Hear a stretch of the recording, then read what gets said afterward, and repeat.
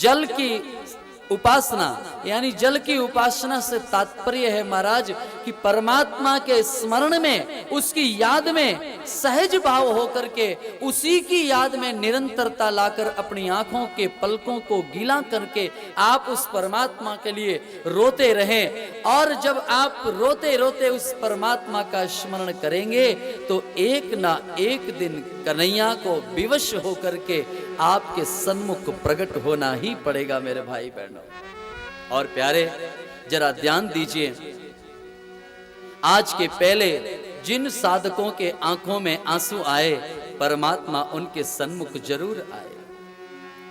आप जरा 2 मिनट दशम स्कंद में भाव में जाइए, जहां पर गोपियों के बीच से भगवान जब अदृश्य हो गए सज्जनों, तो गोपियां भगवान के विरहावेश में आकर के रुदन करने लग गईं।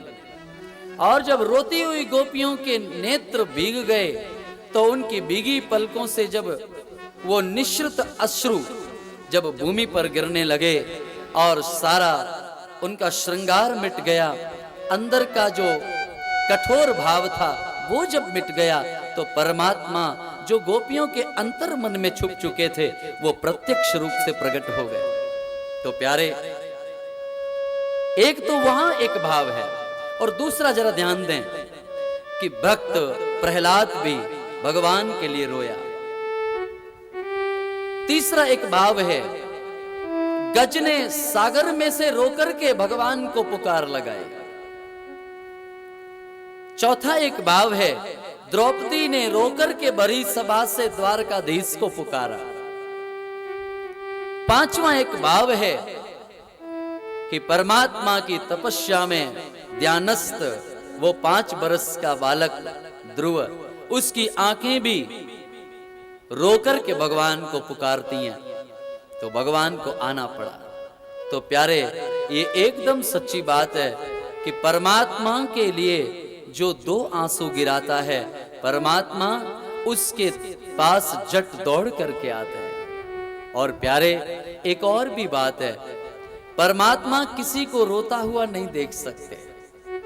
मेरे ठाकुर जी की ये सबसे कमजोर भाव है। मेरे ठाकुर जी यहां कमजोर पड़ जाया करते हैं कि कोई भगवान के भक्त जब रो पड़ते हैं, परमात्मा के भक्त जब आंखों से आंसू गिराने लगते हैं, तो परमात्मा विवश होकर के उनके पास आ जाते हैं। वो सब कुछ बुला देते हैं उस समय कि इसने कोई पुण्य किए हैं या नहीं, इसने कोई सत्कर्म कोई किए या नहीं, सब कुछ बुला करके सिर्फ उसकी आंखों से निकलती हुई धारा पर खुश होकर के और भगवान मेरे दौड़ कर आ जाते हैं। तो प्यारे, दूसरा मार्ग है आंखों के आंसू। और एक बात जरा ध्यान से समझना, परमात्मा आंखों के आंसुओं की कीमत नहीं समझे तो दुनिया वाला तो आंखों की आंसुओं की कीमत समझने से रहा। एकमात्र कन्हैया ही है जो मेरी आंखों के आंसुओं की कीमत समझता है मेरे भाई।